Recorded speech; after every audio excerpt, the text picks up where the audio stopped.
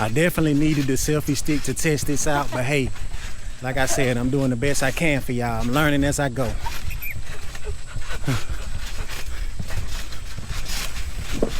What's going on, folks? I got in my hand right here the Insta360 X5. And this is the perfect camera for somebody out there, but it just didn't fit my workflow. So I just wanted to kind of document my experiences. Might not even post this video, but I just want to have this to look back on my time reflecting of having this camera, because my idea was to use this as the ultimate vlogging and just content creating camera, because I'm not the type of person to set up like an extra camera to capture behind the scenes, or I'm not always able to bring somebody with me. So my idea was to bring this with me and mount it on my camera or my gimbal and just be able to convert to any different angle while I'm filming and then push out content to my social media. That was my idea. So I tried this camera out, and it's not what it looks like in these commercials and these ads that these content creators make, that they pay to advertise this camera. Don't get me wrong. You know what I'm saying? If the company was to see this, this is an excellent camera for somebody. Like bikers, motorcycle riders, people like that. That's the perfect camera for them.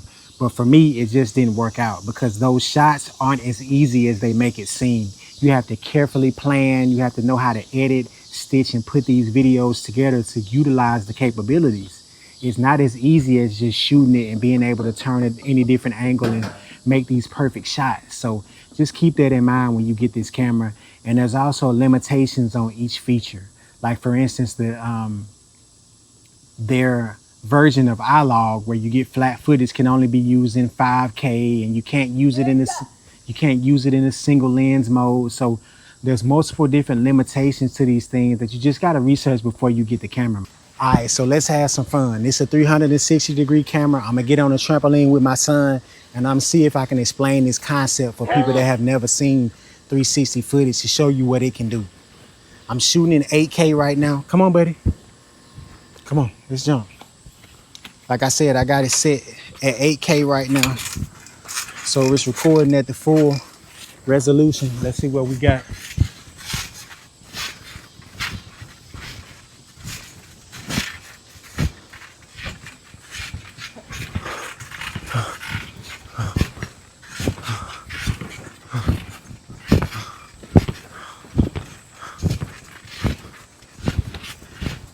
I definitely needed the selfie stick to test this out, but hey, like I said, I'm doing the best I can for y'all. I'm learning as I go.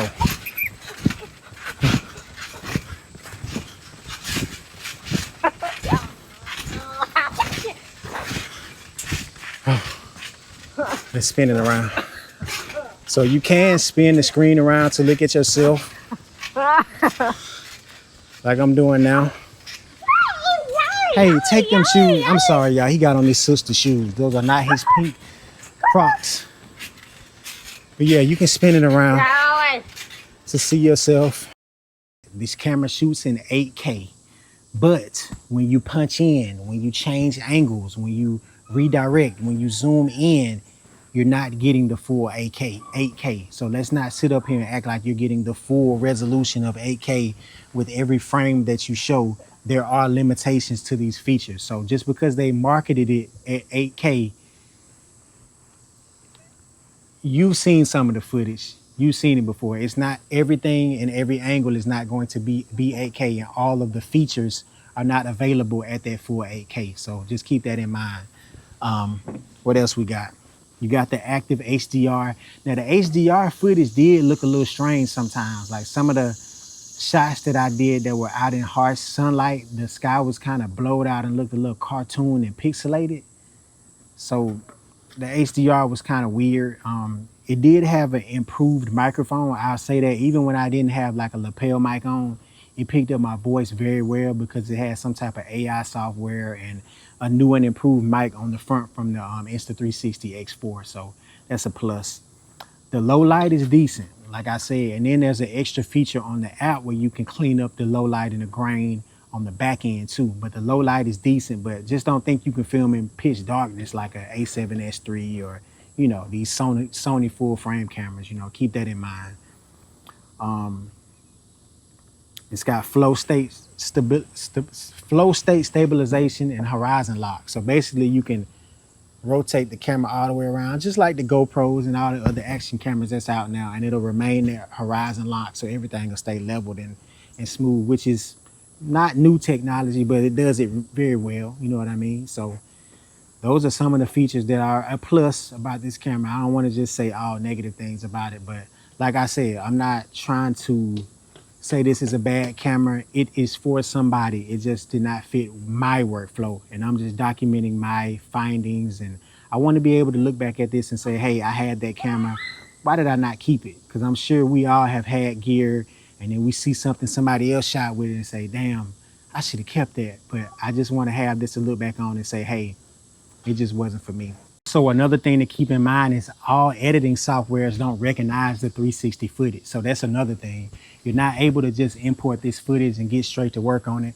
A lot of it, like choosing the angles and just manipulating the footage, you have to do on an app.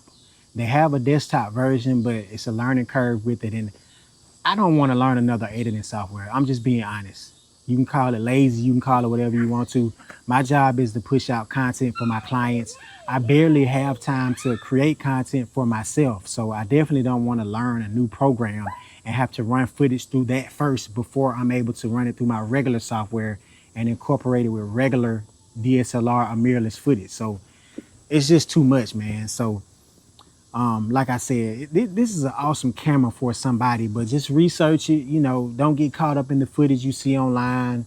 Fortunately, I'm a Best Buy Pro member, so I'm able to return this. I had a longer return window, but you don't want to buy this thinking that it's something that it's not, man. But the low light was decent. You know, it's got a lot of awesome features. Another thing I'll say is just the price point of it. You know, $500 or $600 is a lot for this camera, man. And that's without any batteries. That's just strictly for the camera, a little case, and a USB-C cord. They're gonna have to come down on this price, man. You know what I'm saying? Because it's only like certain footage you can capture with this. So if you're like I said, a motorcycle rider or somebody that's snowboarding or with a little selfie stick, hey, that might work for you. For like a regular vlogger or a videographer just trying to capture your mundane moments and behind the scenes, it's not worth the price tag. Now the form factor is also a little strange, like the narrow feel. It feels very strange to walk around holding this camera like this, even if it's on a selfie stick. It's just the shape of it is just, it's strange. You know, I think we can all agree on it that it's not a traditional shaped camera, which is a good and a bad thing. You know, it's inconspicuous, you know, so you can get shots without people saying, hey, don't record me. Or my plan was to kind of just be holding it like this, and you know, you can get your shots without actually being like, hey, I'm vlogging, look at me. So, you know, it's pros and cons to that, but I don't know. I enjoyed it, man. It was a fun little camera. I actually had one project that I used it for, which was like a, I'm sorry, y'all, the mosquitoes eat me up. I used it for one project, and I'll try to add some of that footage in what I'm able to edit. But like I said, it's just a little bit too much for me, man. If you're looking at this camera, just keep in mind it's not for everybody. And those shots are hard to get. You have to know how to edit them, and you got to kind of think through these shots before you start shooting them. You're not gonna go outside with this camera and just come back with this creative, amazing shot. You have to think through them. And I'm not the type of person to have the time to do that. I'm already thinking about the client's shots and getting what I need for their project. So I don't have time to think through a behind the scenes shot. That's just not what I had in mind for this camera. So yeah, just keep that in mind. What I captured was actually better quality footage than what I expected, but it just wasn't on the creative aspect of what I saw on the commercials, and it wasn't as easy to think through and capture some of the shots that I saw and thought I was going to get, if that makes sense. You kind of have to have the selfie stick with the camera or it's not gonna work out. So just keep that in mind, because you don't want to be walking around with this camera like this, you know, trying to film, because I'm out here in the backyard like following the kids around and I'm like this. And because it's filming in 360, your hand is in the shot. So you actually have to have the selfie stick. If not, it's just not gonna look right. So just keep that in mind. You might as well go ahead and buy the selfie stick with it. You can put it on the tripod, but the legs will be in the shot because it's shooting in 360 degrees. So That's another thing. You have to have the selfie stick. You just have to. It's a requirement with this camera. So if that's in question, get the selfie stick because you got to have it. All right, I got the Insta360 X5 right here. This is just to give you a look at it. You got a lens on the back, lens on the front. Beautiful touchscreen on the front. I'll turn it on for you. The crazy thing is the interface on this camera is like really not hard. Like it's not hard to learn how to use this coming from like Sony, Canon, GoPro.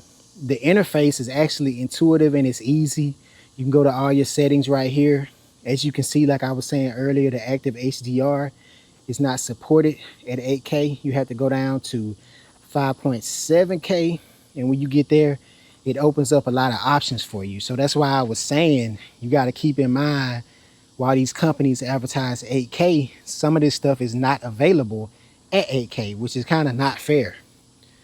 But at 5.7K, you can go all the way up to 60 frames per second. 4K, you can go up to 120 frames per second. Yeah, like I said, it's pretty easy to use. If you swipe from the right, you got all your color profiles, your exposure, white balance, all those settings. You can go to manual mode if you want to. The iLog is not supported. You got to go down to 5.7K. That's another thing. Swiping from the left is going to give you your footage, and then from the top it's going to give you like your quick menu and quick settings that you can change on the fly. I'm not going to go through all of those because this is not a tutorial. I'm just kind of giving my thoughts on this camera. But yeah, that's about it for real. The battery life is not bad. It lasted me a whole booking. Probably like, I want to say it lasted me 2 hours, but I was cutting it off when I wasn't using it. And then something else I wanted to mention is that everything has that fisheye look. And yeah, I know you have the option to de-warp it in the software to take that look away, but it doesn't take it all the way away. I'm sorry. It still got that fisheye look. So if you're looking for footage that just look regular, you're not going to get it out of this camera. Even if you go to the single lens mode, like if I click here to change mode and go to single lens mode, it still gives you that fisheye look. I'm telling you, even if you go to linear, no matter what you do, you are still going to have a fisheye look. I don't care what anybody tells you. If you compare it to a regular camera, it's not going to look regular. So you can't buy it for that reason. I got to get out of here, man. These mosquitoes is tearing my ass up. I guess I need some mosquito spray or something if I'm going to be recording in the backyard. But yeah, that's going to be it for the Insta360. Good product. It just didn't fit my workflow. So the next thing you probably see me with is a DJI Osmo Action 5. That Pocket 3, they just charging too much. When they up their price on that one, no, I can't spend $700 to $900 for no little pocket camera. No. But I do $300 to $400 for the adventure bundle for the Osmo Action 5 all day. That's worth it. You know what I'm saying? So everybody got their preference. I'm going with the Osmo Action 5. So hopefully I can do some comparison videos and, you know what I'm saying, let y'all know why I chose that one more thoroughly once I get it in my hands. So yeah, y'all stay tuned.